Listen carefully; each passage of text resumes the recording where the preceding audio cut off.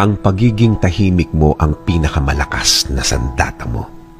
Tama, ang pagiging walang imik mo, ang hindi mo pagpatol, ang pagiging walang kibo mo ang greatest weapon mo.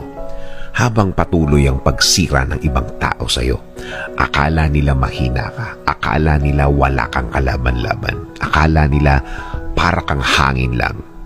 Kahit naman ang hangin kapag naipon, nagiging bagyo. Pero ang naipon mong lakas, sa iba mo gamitin. Gamitin mo ang naipon mong lakas sa diretsyong gawa, diretsyong trabaho. Yung nakafocus ka lang sa gagawin mo, yung nakatuon ka lang sa gusto mong plano na matagal nyo nang nabuo ng Diyos. Ayaw din kasi niyang nawawala ka sa focus.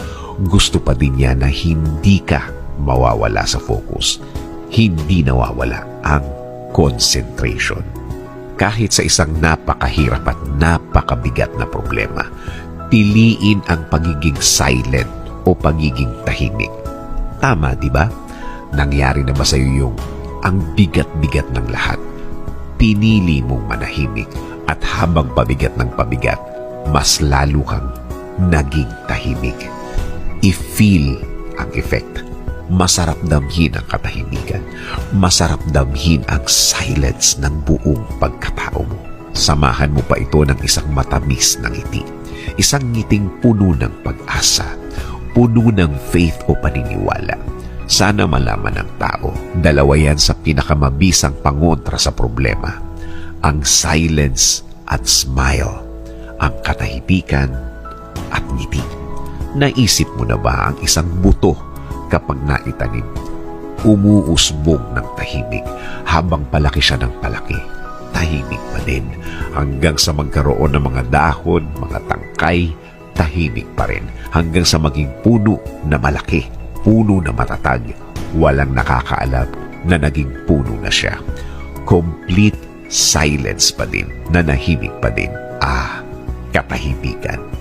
Katahimikan ng buhay, katahimikan ng buong pagkatao, katahimikan sa harap ng problema. Payo ko, ituloy lang ang pagiging walang imik, ituloy lang ang pagiging walang sinasabi.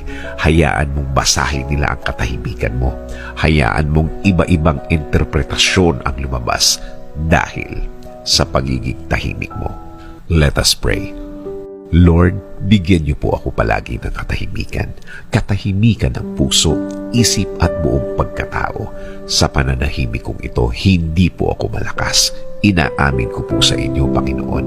Ako po ay nanghihina at alam ko po na kayo ang dapat kong kapitan. Alam kong kayo ang dapat kong paniwalaan na ang lahat ay magiging okay, ang lahat ay magiging maayos, ang lahat ay magiging tahimik. Kakapit pa rin ako sa inyong magandang plano. Kakapit pa rin ako sa inyong magandang bukas na pangako. Alam kong ang lahat ng oras na may problema ay mabilis na lilipas, mabilis na mawawala. Alam ko din, Lord, na hindi ibig sabihin nang wala akong nakikitang nangyayari ay walang nangyayari. Alam kong inumpisahan niyo na akong tulungan sa ibang mga bahagi ng aking problema. Alam kong magiging okay, Lord. Alam kong bubuti ang lahat. Alam kong makukuha ko ang plano niyo sa akin. I-guide niyo po ako at ituro mo sa akin, Lord, ang tama at tahimik na paraan. In Jesus' name we pray. Amen.